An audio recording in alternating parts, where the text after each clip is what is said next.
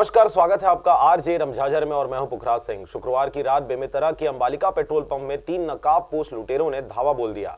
कट्टे की नोक पर लूट की नीयत से हमला करने वाले बदमाशों और कर्मचारियों के बीच झड़प हुई, जिसमें हमलावर कर्मचारियों के सामने पस्त होकर भाग खड़े हुए, लेकिन इस घटना के दौरान पेट्रोल पंप के कर्मचारी को गोली लग गई। 3 नकाबपोश युवक कट्टा लेकर लूटने के उद्देश्य से पेट्रोल पंप के कार्यालय का शीशा तोड़कर अंदर प्रवेश किए। तभी पेट्रोल पंप में सो रहे कर्मचारियों के जगने से कर्मचारी व लुटेरों के बीच झूमाझटकी हुई, जिसमें लुटेरों द्वारा कट्टे से पेट्रोल पंप कर्मचारी को गोली मार दिया गया। पेट्रोल पंप लूटने की मंशा से आए लुटेरे कर्मचारियों के हौसले के सामने भाग खड़े हुए।